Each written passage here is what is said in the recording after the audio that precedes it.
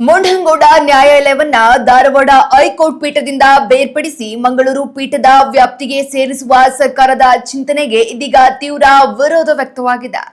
ಮಂಗಳೂರು ಇಲ್ಲಿಂದ ಸುಮಾರು 350 ಕಿಲೋಮೀಟರ್ ದೂರದಲ್ಲಿದ್ದು ಬಡ ಕಕ್ಷಿದಾರರಿಗೆ ಮತ್ತು ವಕೀಲರಿಗೆ ಅಲ್ಲಿಗೆ ಹೋಗಿ ಬರುವುದು ಆರ್ಥಿಕವಾಗಿ ಮತ್ತು ಸಮಯದ ದೃಷ್ಟಿಯಿಂದ ಬಹಳ ದೊಡ್ಡ ಹೊರೆಯಾಗುತ್ತದೆ.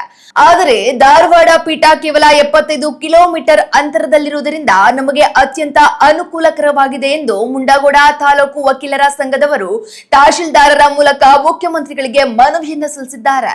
ಘಟ್ಟ ಪ್ರದೇಶದ ರಸ್ತೆಗಳಲ್ಲಿ ಅಷ್ಟು ದೂರ ಪ್ರಯಾಣಿಸುವುದು ಕಷ್ಟ ಸಾಧ್ಯವಾಗಿದ್ದು ನ್ಯಾಯಕ್ಕಾಗಿ 2-3 ದಿನ ಅಲ್ಲಿಯೇ ಉಳಿಯುವಷ್ಟು ಶಕ್ತಿ ಸಾಮಾನ್ಯ ಜನರಿಗಿಲ್ಲ ಎಂಬುದು ವಕೀಲರ ಆಕ್ರೋಶವಾಗಿದೆ.